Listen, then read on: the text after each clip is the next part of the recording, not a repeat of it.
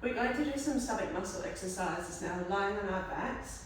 A more advanced version is to have the cheek ball underneath your pelvis, which increases the amount of control you need to have to do these exercises. If that's too advanced, do this exercise without anything under your pelvis, and that's fine. So starting off, getting into position with your knees bent up, you should feel like your pelvis is resting flat and there's just a slight arch in your lower back. As you breathe out, practice engaging through your core, so you want to feel your belly button draw in, the pelvic floor pull up, the ribs pull down, but no movement in the pelvis this time.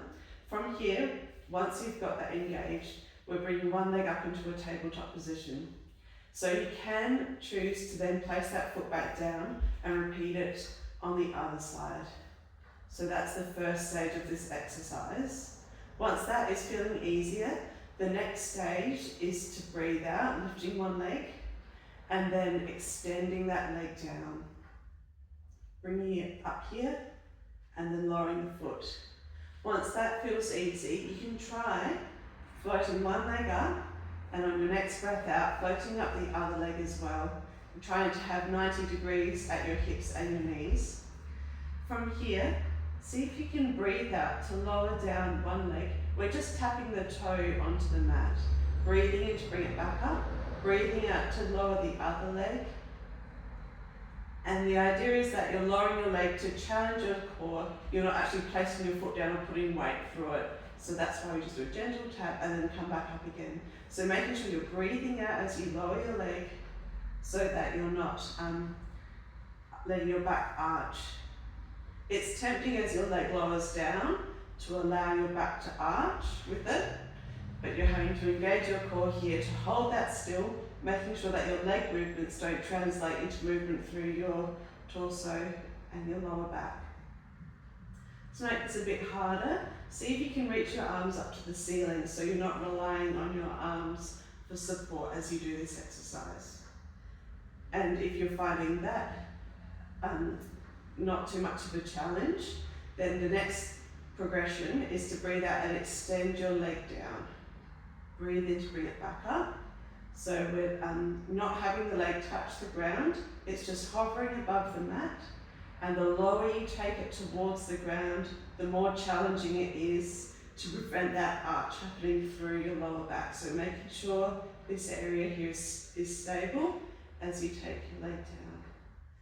And if you want another challenge, see if you can bring your opposite arm back towards the floor behind you as you extend your leg out. Good. See if you can do 10 of those on each side.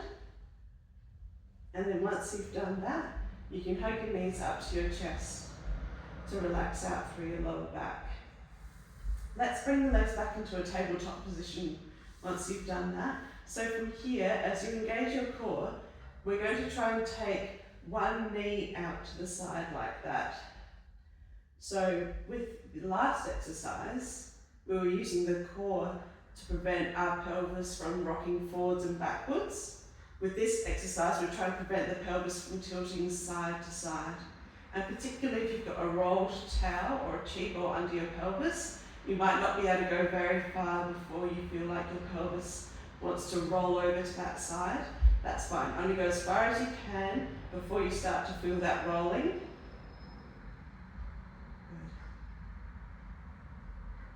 And if you want to make it harder, lift your elbows up off the mat so you're not relying on those to control your movements. And if you're comfortable with your legs, you can extend your legs up and see if you can take your leg out to the side with your knee extended, having to keep your belly button drawn in and not letting your pelvis rock out to the side as your leg goes out to the side. Good.